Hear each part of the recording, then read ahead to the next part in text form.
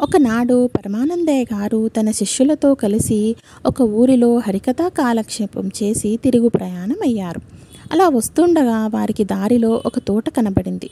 వారు నడిచి వస్తూ బాగా అలసిపోయారు. అందువల్ల కొంతసేపు ఆ తోటలో విశ్రాంతి తీసుకుని వెళదామనుకున్నారు. గురువుగారు ఒక చెట్టు నీడలో పక్క వేసుకుని పడుకున్నారు. శిష్యులు తోటలో అటూ ఇటూ తిరుగుతున్నారు.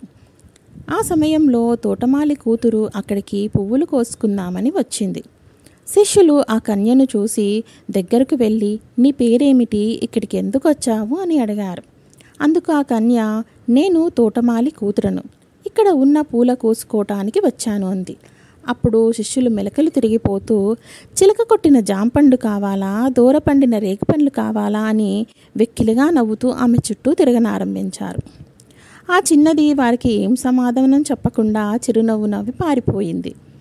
శిష్యులు ఎవరికి వారే తనను చూసే ఆ పిల్ల నవ్విందని అనుకోసాగారు. నన్ను చూసి నవ్విందంటే నన్ను చూసి నవ్వింది అని వాదులాడుకోవడం ప్రారంభించారు. వారి వాదన బాగా ముదిరింది.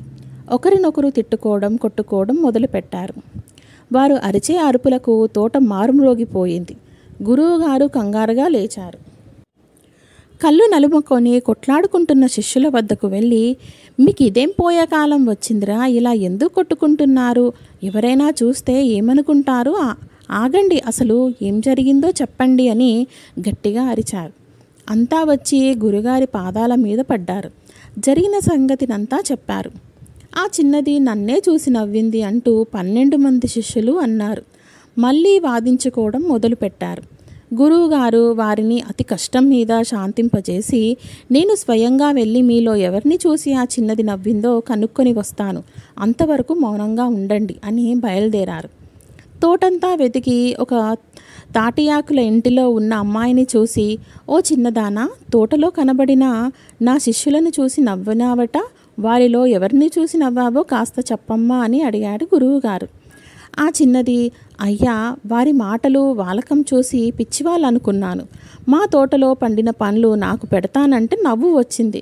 వారికి ఏం చెప్పాలో తెలియక నవ్వుకుంటూ వచ్చేశాను. నేను ఏ ఒక్కరిని చూసి నవ్వలేదు అని చెప్పింది. పరమానందయ్య గారు శిష్యుల దగ్గరికి వెళ్ళి, ఓరి వెదవల్లారా, ఆ చిన్నది మీ మాటలు చేష్టలు చూసి మిమ్మల్ని పిచ్చివాళ్ళనుకొని మిమ్మల్ని అందరినీ చూసి నవ్విందట, ఏ ఒక్కరిని చూసి కాదట అని చెప్పారు. గురువుగారు మాటలు విని శిష్యులంతా పకపకామని నవ్వుకుంటూ, నేను పిచ్చోణ్ణి అంటే నేను పిచ్చోణ్ణి అంటూ తోటలో గంతులేసుకుంటూ తిరగసాగారు. పరమానందయ్య గారు వారిని అతి కష్టం మీద ఆపి తనతో తీసుకొని వెళ్ళిపోయారు. లైక్ చేసుకోండి, సబ్స్క్రైబ్ చేసుకోండి, షేర్ చేసుకోండి.